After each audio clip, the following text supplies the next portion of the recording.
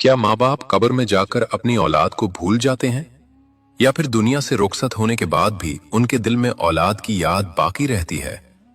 क्या कब्र की तन्हाई में माँ बाप अपनी औलाद की आवाज, उनकी दुआएं और उनके आंसू महसूस करते हैं? और अगर ऐसा है, तो क्या हम जिंदा लोग अपने माँ बाप के लिए क्या कुछ कर सकते हैं?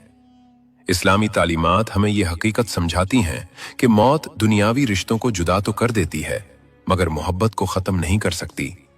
माँ बाप का दिल अपनी औलाद की मोहब्बत से कभी खाली नहीं होता, न दुनिया की जिंदगी में और न ही कब्र की खामोश तन्हाई में। फर्क सिर्फ इतना होता है कि वहां जबान खामोश हो जाती है, मगर एहसास जिंदा रहता है।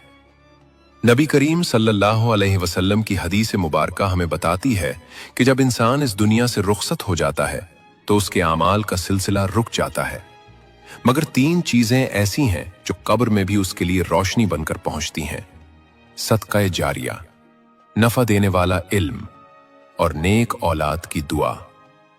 यह हदीस इस बात की गवाही है कि औलाद की दुआ कब्र की दीवारों को भी उबूर कर लेती है, और यह फायदा उसी वक्त मुमकिन होता है जब रिश्ता सिर्फ नाम का नहीं बल्कि दिल का हो, जब मोहब्बत मौत के बाद भी जिंदा रहे और औलाद की आह भरी दुआ माँ बाप के लिए सुकून का सबब बन जाए। नाजरीन, मौत कोई अंजाम नहीं बल्कि एक नई जिंदगी की शुरुआत है, एक ऐसा सफर जिसका आगाज खामोशी से होता है मगर अंजाम हमेशा के लिए होता है।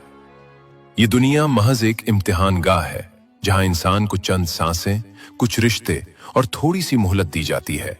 और मौत उस इम्तिहान का दरवाजा है जिसके पार असल नतीजा हमारा इंतजार कर रहा होता है। जब यह दरवाजा खुलता है तो न दौलत साथ जाती है, न ओहदे की चमक काम आती है, न रिश्तों की पहचान बाकी रहती है। वहां सिर्फ आमाल बोलते हैं,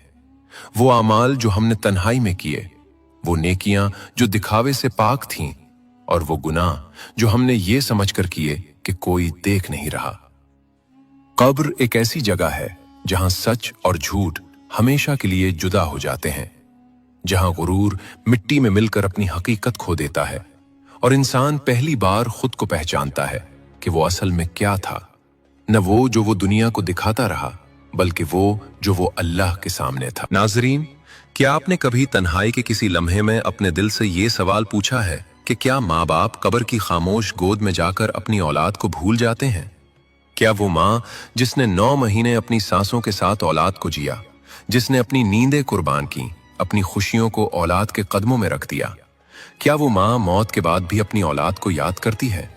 और क्या वो बाप जिसने धूप की तपिश,